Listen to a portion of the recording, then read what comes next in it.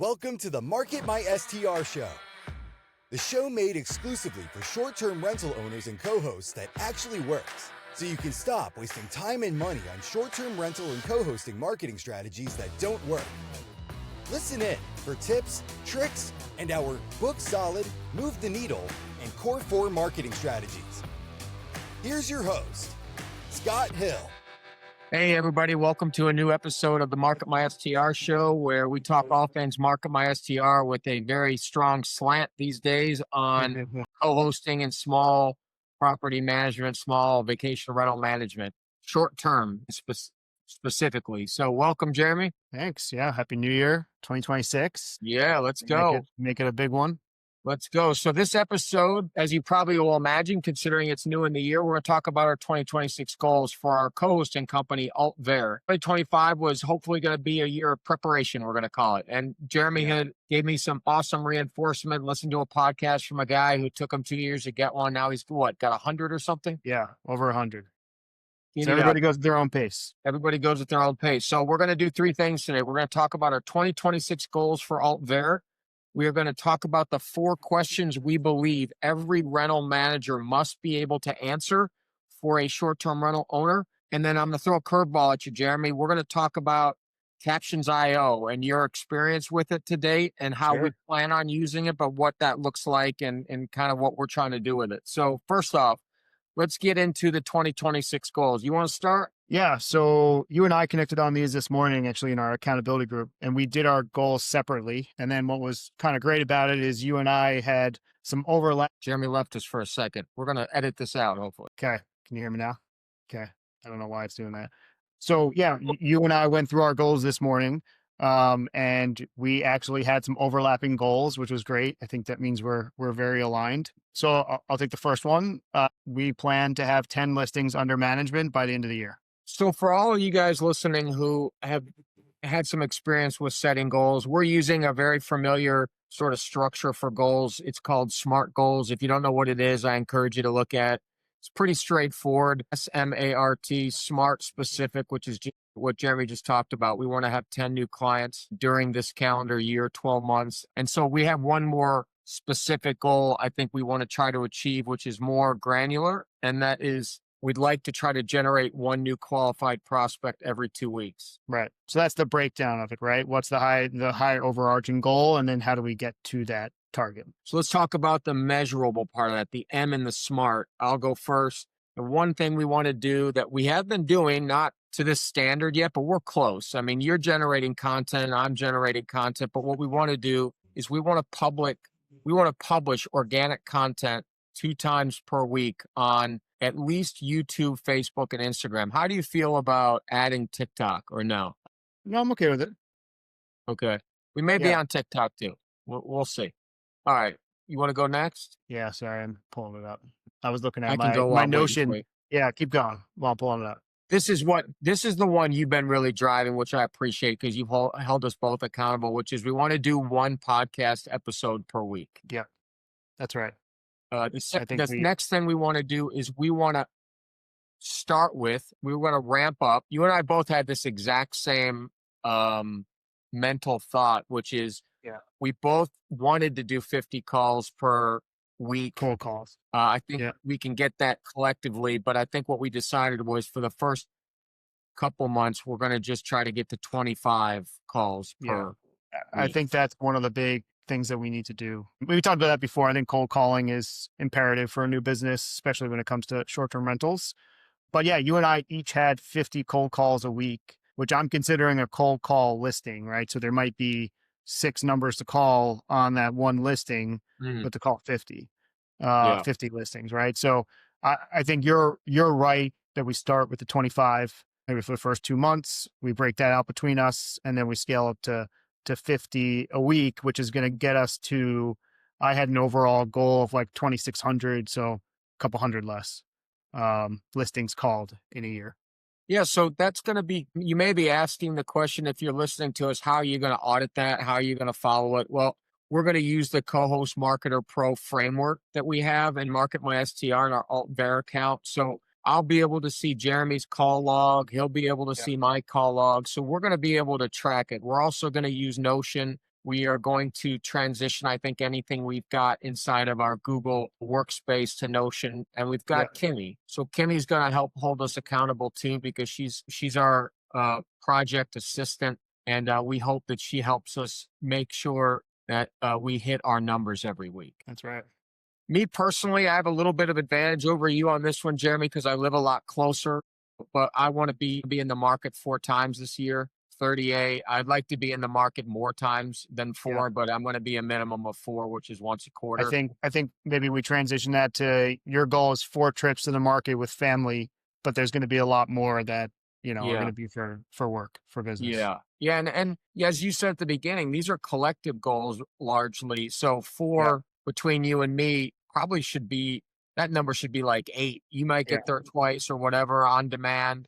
You may get there 12 times, because I think one thing, we're kind of inserting this in a weird spot, but if you guys listened to us last week, you'll know that we actually had our first legitimate intro call with a homeowner in the 30A area. Unfortunately, strong lead. Ideal. We would have loved to have this person as a customer or a client, but as of yet, we haven't converted them into a client, which we were hoping to announce that we have. So unfortunately, I would say that first call went really well, right? He was referred to us. We kind of thought it was in the bag, and then, set out the agreement, thought it was going to probably be a quick turnaround, set up the next call, which was going to be to go through revenue projections and some thoughts on the house. And it's been tough to get a hold of him since. So that call has not materialized. So maybe we'll do a postmortem on that first intro call. We can be really critical on ourselves and see what things maybe we need to shore up, and we'll do that at the end too. So I've listed that in this. This may be a fairly involved podcast now, but I think it's going to be very helpful to people. Okay, so trips to the market, we've got that. Yeah, I am putting the finishing touches with Kimmy on publishing and sharing the community guides that we have for our 12 communities on 30A. I don't know if there's that much more to say about that. I want to regularly attend the co-hosting pod meetings that Dan Colone runs. I've got that on the calendar. Yep. Right. Which is something you and I both had coaching as one of our things for the year. Right. So mine will be joining the co-hosting pod. And then I mentioned this earlier. I want to block out time in my schedule more for the coaching calls from SDR Secrets, because I've lacked on that. I've allowed my schedules to get away from me and not prioritize. So and I'm in the habit of participating in Bill's inner circle call. So I've got that covered. Yeah. So, I think that's a good point about us. I've got that actually in one of our 17 client first standards that we have for our business model, is that we're constantly leaning into experts and the expert groups to level up our knowledge and all that. Yeah. And then the final 2 things that we're going to do, and this is what we'll kind of do a postmortem on, is one real reward for us this year, Jeremy, will be if we get to go to the Wasatch Mountains. Right. In the 4th quarter. That would be an unbelievable fun trip, because we know we're only going to go into the Salt Lake area and start talking about launching that part of our business if we succeed in 30A. Right. We have to have real traction before we switch our minds to that market. And we'll know what that looks like. But in order to, when we know what that looks like and we get to sort of reward ourselves with a trip there, I can't imagine how much fun you and I will have on that trip. Just to be able that's going to be a blast. I'm excited for it. We're going to get there. Yeah. And then the final thing is, we said we're going to do the 4th thing in this podcast. We're going to one of our goals is to shore up our sales process so we have as few, if no, holes in the bucket, so that we can close these leads. All right. Go ahead and go into the achievable. I think you made just a quick comment. Do you believe these goals are achievable and attainable, given the fact that that's the A in the word SMART? I think they are, and that's because we get to divide and conquer. I think if that was all for just me, it would be too much. But I think the fact that we're going to do this together and be able to divide it, it's definitely achievable. And that leads us into really what is achievable, and it's really the fact that we are going to divide and conquer, right? Yeah. So you and I are going to have a session where we sit down and kind of go through really what that looks like. Yeah, so we lost Jeremy here briefly. Probably try to edit this out. If I don't, then you're going to hear this little break in the action where I'm kind of doing a little filler. But the next part of the word SMART is the R. And when I get Jeremy back, we'll talk about the R word, which I think we're getting him back now. So, Jeremy, we just finished up on the word achievable, attainable, if you can hear me. And now we're going to move into the letter R, which is the relevant word. That's the R letter in SMART. And I'm going to ask you candidly, so I know, and I want to make sure that this lines up with what do you want to do personally and professionally. But do you feel like these goals are relevant to you in your life? We are having some serious technical issues here, but we're going to try to keep plodding along here. So you're still on audio wise? Well, I can hear you fine. So we can go ahead and keep rolling. And, most people listen to us on audio anyway. I could put a still picture up of you, and it is frustrating. I get it. All right, so we're clear on they're relevant for me too. In fact, I want them to be more relevant in my life, not less relevant. At least Ultvare as a people don't know who we are or have listened to us a little bit. They may know that you and I are involved in a couple different projects that aren't together, different businesses and things. So, but I think we both are committed to moving in this direction more, making it a bigger part of our lives, not a smaller part of our lives. Yeah, yeah. Yeah, because we're building a business that works without us ultimately, and putting good people in place. So time bound, that's the T in SMART.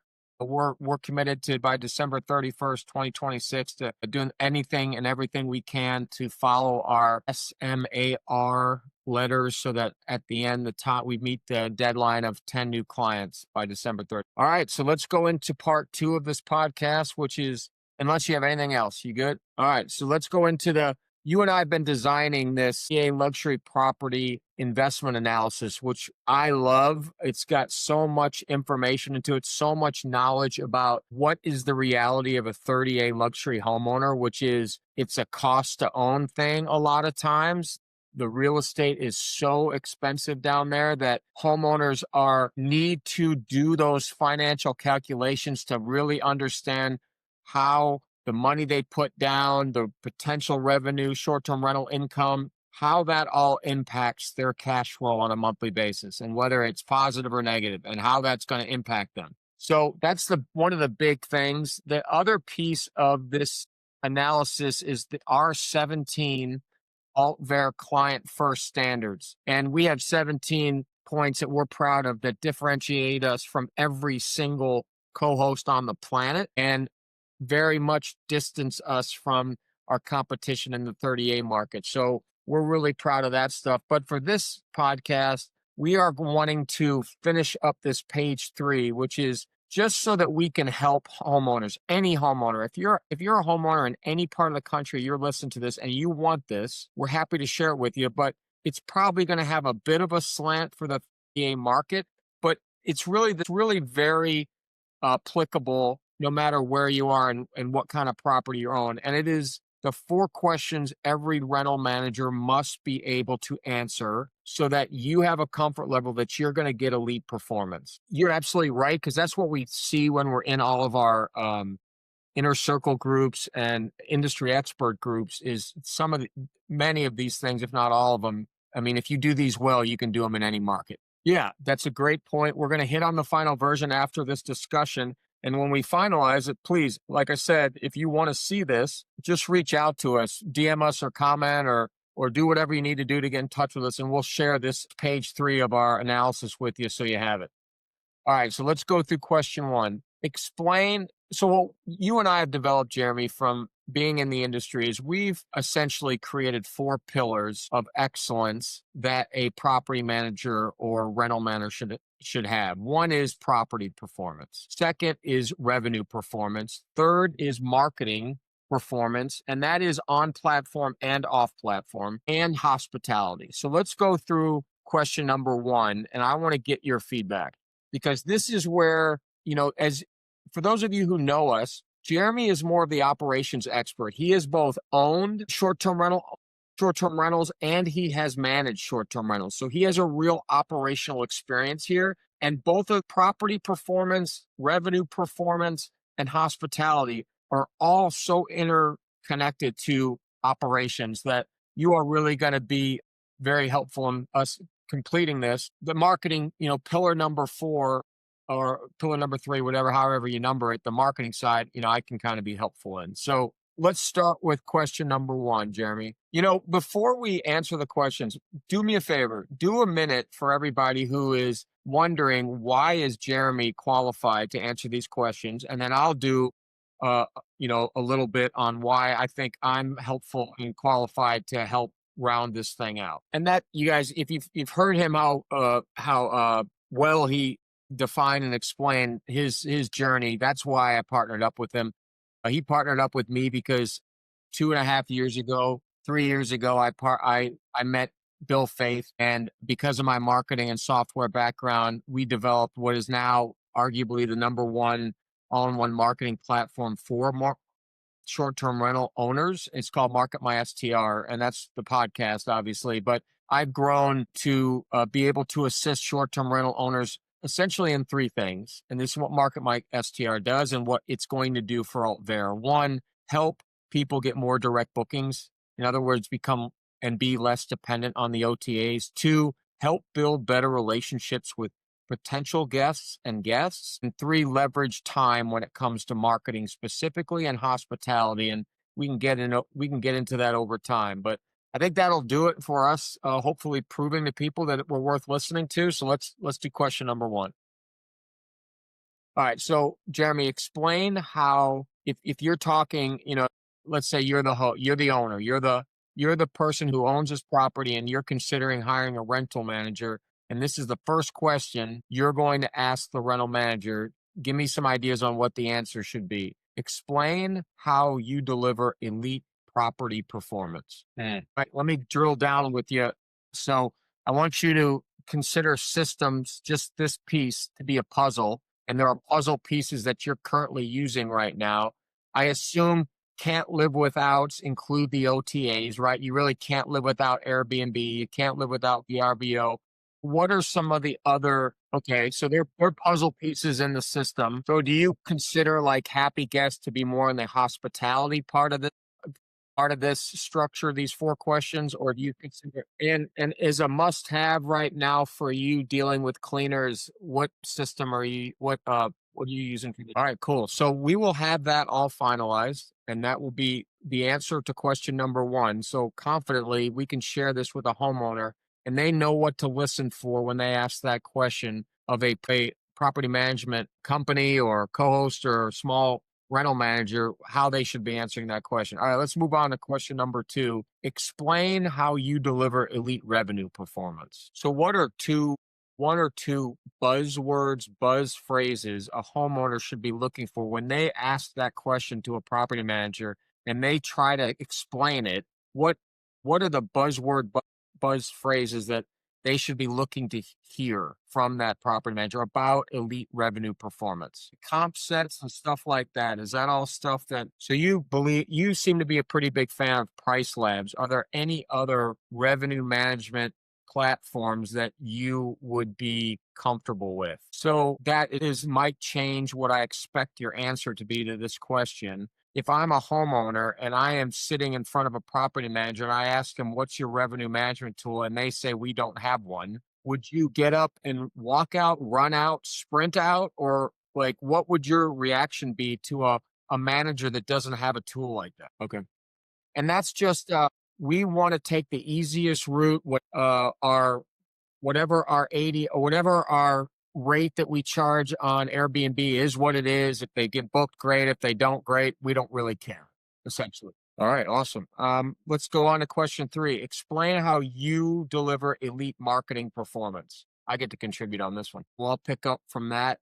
I think for those of you listening that don't really know marketing, you've gotten into the business world, or you've gotten into your life after getting out of college, and marketing wasn't on that radar screen for you, and you paid attention to your career, and now you've invested in real estate and realize that you have to market your property. I think the core thing that if I had to have someone remember the core philosophy about marketing, it's really simply saying the right thing to the right person at the right time. And I say that because I think that's how relevant marketing has to be to the person seeing it. It's got to be that right person. So, I tend to use very obvious analogies or examples, but you're going to sell diapers, or you're going to sell whatever new baby items are out there to a new mother. You're not going to sell diapers to a NASCAR fan. And unfortunately, most people, they build their marketing around one size fits all. And I say it because MarketMYSTR is built on proven strategies that say the right thing to the right person at the right time. And that all starts with direct booking pages. And direct booking pages are powerful because you can build a direct booking page and it can be like your OTA listing. It can be like your Airbnb listing or VRBO listing, which has to say everything to everyone. That's you don't get to make specific content for a specific person. But when you build your own direct booking page, and there's plenty of platforms to do it, but what makes MarketMYSTR so leverageable and powerful and different from everybody else is that you can build a direct booking page that caters directly to the content that you build. So if you have a property, in our case, we hope to have some pretty sizable properties that sleep a lot of people. Right. And if we have that with 5, 6, 7, 8 bedrooms, then we may be able to lean into how our property might be ideal for a men's golf weekend, for example. We may hook up with a course or two, but we may build a direct booking page that speaks specifically to why the property is so good for golfers. Not a one size fits all, but the pictures are also tailored, with some of them being the nearby golf courses that we have insider deals with, or how the property itself can be tweaked a little bit to have a golfer feel to it. That is saying the right thing to the right person at the right time. And if you can clone your booking page and tweak it slightly so that when someone shows up, the content is consistent with the landing page, you just have a much better chance of converting that person into a booking. That's right. If your property is, you make a page like that and then forget, or you just decide that you're going to market, it's a one size fits all, you could make some massive mistakes. You could start making content for a women's weekend or for a small wedding at a property like this, and it goes to a golf page. You can imagine how inconsistent that is. And that's what, if I'm talking to an elite property manager who is achieving elite marketing performance, they are communicating that they are saying the right thing to the right person at the right time. And they're demonstrating it with how they do it, which is a direct booking page catering to a specific avatar or user. That's the number one thing I'd be looking for if I'm talking about how are you going to be elite marketer. The other couple things are, when you build a business like a property manager, you have to be good at the 4 core areas. And one is, you got to have a valid, qualified website that people are comfortable using, that when they get there, they have a comfort level that you are who you say you are. You got to have an email communication tool. You got to have an SMS communication tool. Those are some of the core things. And that's what MarketMYSTR, what we did when we hooked up with Bill Faith. Bill Faith said, you have to have these 4 core things in order for us to even have a chance at being a lead at marketing. You got to have email. You got to have SMS. You got to have a social media planner so you can deliver consistent content, and you got to have direct booking pages. That's right. So that's really elite performance for me from a marketing standpoint. I think you nailed it. And just to add to kind of what you're talking about, 99% of the people and the companies in this industry are not doing that. Right? No. And Bill harps on that all the time. If you're listening, you're not part of Bill Faith's community, at least join his Build STR Wealth community on Facebook. But he will say all the time that the things that really move the needle for you as a getting more bookings are revenue management and off-platform marketing. That has moved the needle for him more than anything else, assuming you already have an elite property and you're going to deliver hospitality in a way that's elite too. Yep. Right. And all right, so let's move on to question number 4. This conversation also just gets me excited for what we have to come once we start getting these clients.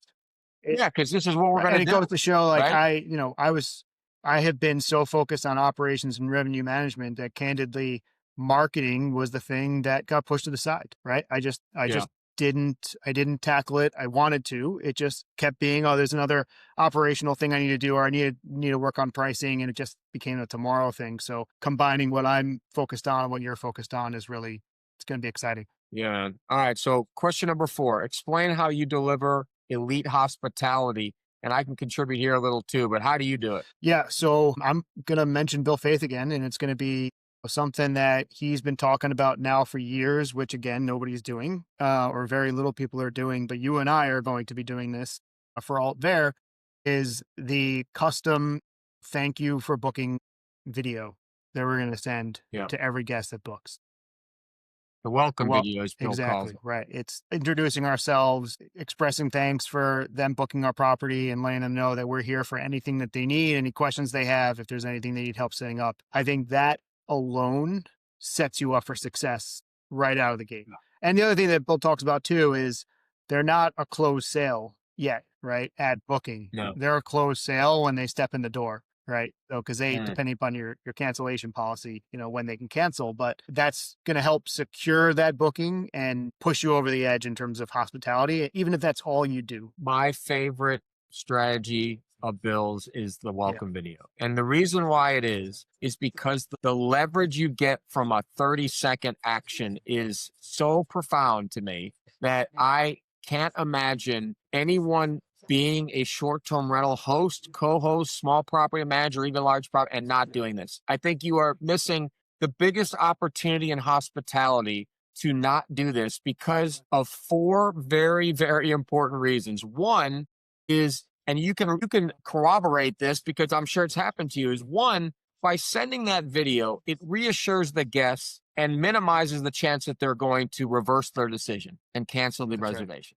That's number one. Everybody has buyer's remorse. If you've never had buyer's remorse, then God bless you. But everybody who puts the kind of money down on a short-term rental invariably stays on that platform and sees another property that they think they might like better. It just is the way it works. And if you don't, while they're doing that, or within the first several hours, don't deliver that video, you are possibly exposing yourself and likely exposing yourself to a cancellation that wouldn't have happened otherwise. And that's just leverage point number 1 on the welcome video. The number 2 leverage point you get out of it is it starts a better relationship.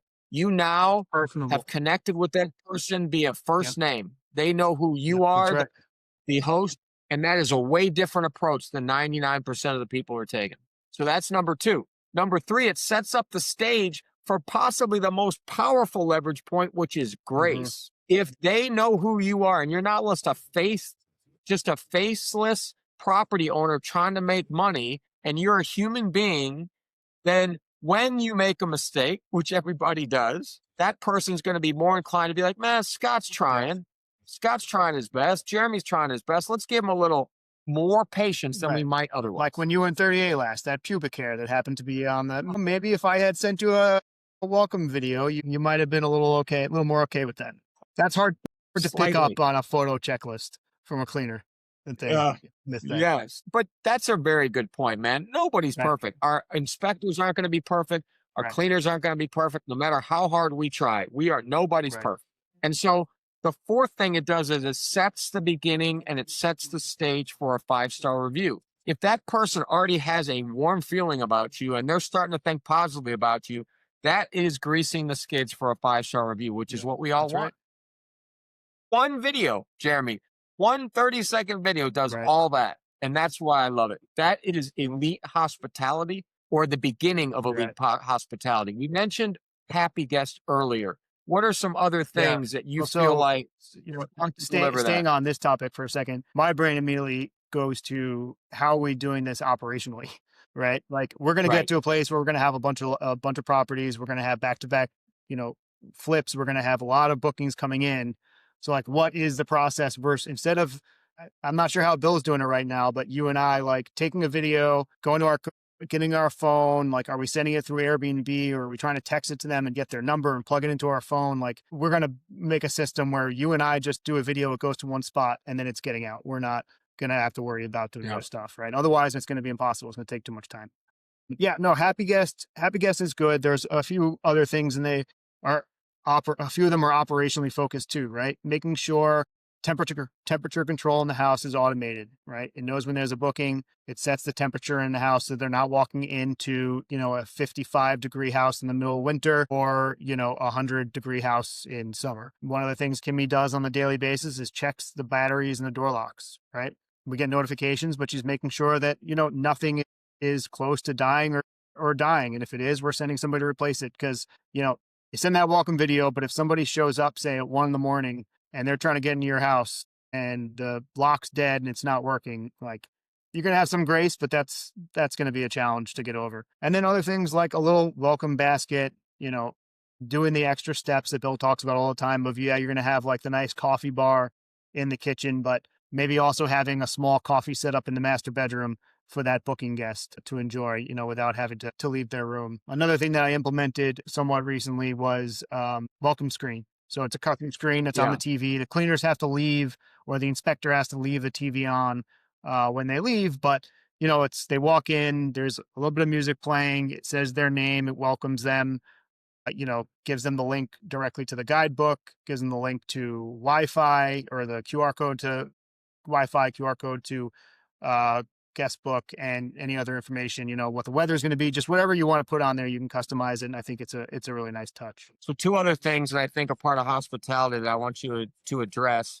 One is really dependent on the type of property you actually host, I think. But the first one, inspections. Talk about inspections and how that's a real impact on hospitality. Yeah, because the goal is that person is going to be picking up things that the cleaners aren't. And what I've learned in the last, 5 years in this business is the cleaner's job is to clean. It's too often that we get into this business and now we're telling the cleaners to do way more than just clean. They need to check and see, is there any damage throughout the house? Or is a chair wobbly? Is a table wobbly? Is whatever, right? They're supposed to pick up on all these things, and that's not their job. Their job is to go and just make sure the house is spotless. So you really do need that person to come through and check all of the other items throughout the house and just make sure there aren't any other issues, but then also understand what the house should look like when it's clean. Right. So that if the cleaners did miss something, and it happens a lot where, maybe the welcome basket isn't set up right, or they didn't put out the towels or enough towels for the guests for the beach or for the hot tub or whatever it's going to be, that they can capture that quickly, let us know about it so we can also inform the cleaners. So, the challenging part operationally is when you're in peak season and you have back-to-back flips. Because ideally what you do is the cleaners go in, they're gone, and the inspector comes after. The challenging part is they're going to be there at the same time a lot. And then also making sure you have enough of them to get to all those properties. But they're key because things will slip through the cracks. The goal is they make it so less things slip through the cracks. So depending on what type of properties, and for us, this is going to apply, but I know we're considering some level of concierge over time. Yeah. How would you address that in terms of elite hospitality? Yeah. So that's to a level we want to get to. We're not coming out the gate with concierge. And you and I have talked about this a lot of like, do we at some point have a local person that's concierge, right? That's specifically running that. But I think there's a way to do it remotely where, it's more coordination. It's more, being on top of lists and making sure things are done by certain dates and follow-ups. But I think to the extent of making sure that if guests want, a beach setup every day for them, coordinating that with the rental company, right? If they want reservations at restaurants, coordinating and setting that up for them, like doing those things, going that extra mile. That's not an extra step, right? That's that extra mile. But if you do that, I think, the level of hospitality and what you're going to see in your reviews is going to be through the roof. As long as you don't screw it up. I feel like it's a thin line to walk on though, right? Because if all of a sudden you didn't actually put in the reservation and they all go to dinner, you're up creek. I think what you've realized over the last 6 years and what I've realized from talking to you and participating in this industry is there's a difference between average and elite. And that difference is massive. That could be the difference between you losing money on your short-term rental and you making 100%. money on your short-term rental. All right. So final thing, let's do two things left. Let's first talk about, we're going to do sort of a postmortem on our first call that we had and talk about what maybe things we think we can do better. What we do think is we've got a pretty cool give and take process, M&A process you and I go through when we're on a call, where I kind of learn about, we kind of understand what the problems are. Personally, we get to know them a little bit, and then you jump into operations. I think those things have gone well, and that structure we have has gone really well. What do you think about the structure? Yeah, I think it's great. I think something I have to get better at is getting them to speak more. And I think you're really good at doing that, right? Trying to keep them telling us what's going on. And one of the things from SDR Secrets that they talk about is just keep trying to get to the pain. get to the pain, get to the pain, get to the Mm. pain. So, we're not making enough. Okay. Well, Right. okay. What else? Right. Like what else is there? And like get all that stuff out there so that you can stick to identifying the resolution to that pain. But I think, the way that we have it set up, cues for that very well. And then me being able to jump in and explain how we take care of all those. Yeah, I think if we're going off what Bill says, and Bill's certainly the expert, and you've been in it long enough to know this too, that owners think about three things. They want their property protected, they want to make more money, and they want to save time, right? So our structure, I feel like, sets us up to identify how many of those are really painful Right. to them right now and what to do. So now that we know, I think we've had enough conversations. I think we know our structure is good. One thing you identified, I think, is true, is you want to be the 80-20 rule. 80% the prospect talking, 20% us talking. I think we've identified that. I think the other thing that I identified is I think we have to solve the problem, even though we don't have a client yet. We have to be able to say yes to do you have cleaners? Right. Do you have that? The last two times we've had prospect calls, we've had to say no to that because we're just being honest. I think we have to be able to say yes. We have that entire team in place. And even if it's not our ideal cleaner, our ideal handyman, ultimately, we have to be able to say we have that team. Agreed. And I think I need to circle back to everyone that we did start building relationships with when we were all gung ho, late winter, early spring last year, because I agree. We need to be able to say that. And I don't think there's anything wrong with saying that when we have the relationships with them and they're ready to go. Right. It's the truth. Yeah. Because if you called them all back and said, one, I wanted to reconnect with you. Two, if we found a client, if we sign a new client, can we be a client of yours starting today? And if you get that answer, then I think you can answer the question yes. And I think, just knowing where their areas that they cover as well, right? So like if we're in this town, we're gonna be like, oh, well, this is who we're gonna use because this really is their focal point. Ideally, we get to that place. It could be more of just we're all over 30A, but agreed. That was one of the my challenges. personal opinion about our intro call are those are the two holes we can plug. We just simply can't plug the hole. Do you have a client? We just have to overcome that. Or a property, right? So a property, right? We don't have a property. So if we solve those two problems, we get better aligned with 80-20, and we say, listen, yes, we have everybody in place to service your property. I think then we just have to overcome that last. And that's the hardest. And we knew that was going to be the case, right? And I will say it was way easier for me in the Poconos when I decided to start bringing on clients because I was performing well. I was in groups already with other owners that were looking for help, and I was easily able to provide that. So that's our biggest hurdle. We'll get over it, but it's going to be our biggest hurdle until we have one. Yep. All right. So final thing, this morning in our accountability call with Dan and Michael and you and I, it was brought up that Dan is having some pretty good success with churning out content using Captions.io. You've used it a bit. Yeah. Tell me where you think ultimately it'll fall in place for us. Will it be a go-to for us? What's your thought on it? So this morning I had told Dan I need to have a sidebar with him a little bit on Captions, but it can only do up to a 2-minute video. So that's one limiting factor of it. If you're doing long form, unless you break it up into 2-minute parts and then snip it all together, which you could do, you're not really gonna be able to use it. But really what you can do is there's a bunch of different call them scenes or like modes or something that you can choose on how you kind of want the captions to come in and the clips that they put in and the B-roll that it puts in. And then you could just chat with it, right? And be like, make the caption smaller and put them closer to my chin, right? And it'll go ahead and think and it'll move it and do that. Or you could say, take out this transition, you're talking about short-term rentals and it's just showing money. And I want to be like, no, I actually take that out. I want it to be focused on like Airbnb properties, and then it'll show you a property by the beach as your B-roll, right? Instead of having to do all that manually, it does it for you. Where I'm struggling, and Dan had said today that he just uses the one format, but I was trying to figure out how to format it for all the different aspect ratios when you go to do a Facebook ad. And I was asking it to redo a video in a different aspect ratio or asking it to move stuff. And then all of a sudden it just kept spinning and spinning and spinning and redoing things and redoing things. And then I was out of tokens. And I was like, oh man, all right. I just like totally went down some bad rabbit holes. And ran out of use. So let me ask you a question. As I downloaded and started to look into it, it looks like there are 4 options: free, pro, max, and scale. Do you have any idea what I think any I'm of on those are? Pro. Okay.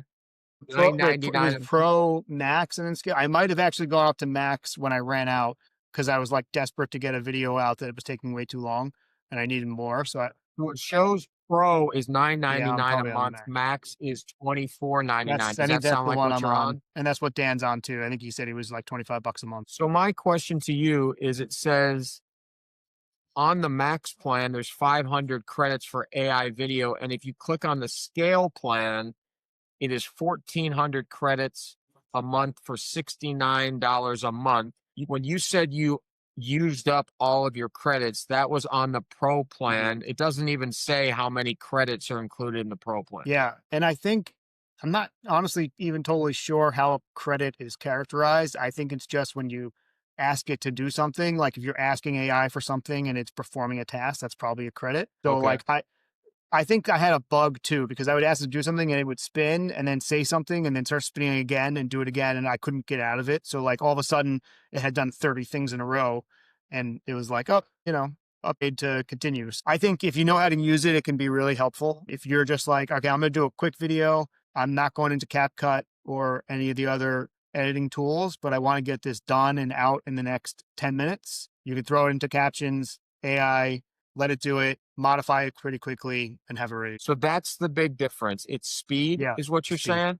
Okay. Speed and So having other speed- things available for B-roll and like, those kind of things, just by saying I want this versus like texting I want this versus having to go and find that B-roll and pull it into your video. So I feel like you're a credible like interviewee for this because you have used CapCut. Yeah. So which one do you prefer one right now? I know how much you've struggled with trying to figure out CapCut too. Yeah, I've definitely gotten better at CapCut, but I've always only using CapCut on my desktop. I struggled way too much using it on my phone, like trying to make cuts at the right times and whatnot. I found to be really challenging. If I'm doing a short form video, at least for the relative future, my plan is to throw it into Captions. Like that's going to Okay. be the fastest, I think, least resistance way to go to get a video ready to post. Awesome. All right. Well, that's it, man. We've covered. This might turn out to be the most important podcast we've ever Yeah. done, because what we've done is we've shared publicly what our goals are for this year. But we plan on being accountable to those goals. So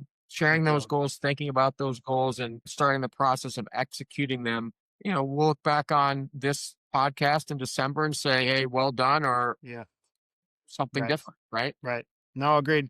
It's time to get to work. I think we were working before, but Well, this has likely been published early January, which means, guys, we've got Jeremy and I are committed to another 12 months of this. So you'll see a lot more of it. It'll include interviews with experts in our industry, other co-hosts, other short-term rental owners and hosts who are really killing it, as well as our journey to create a successful co-host company. Any parting words, Jeremy? no, I'm excited for it. It's going to be an adventure. It's been an adventure so far, and we're just going to kick it up one more gear. All right, everybody. We'll see you in the next episode. Take care.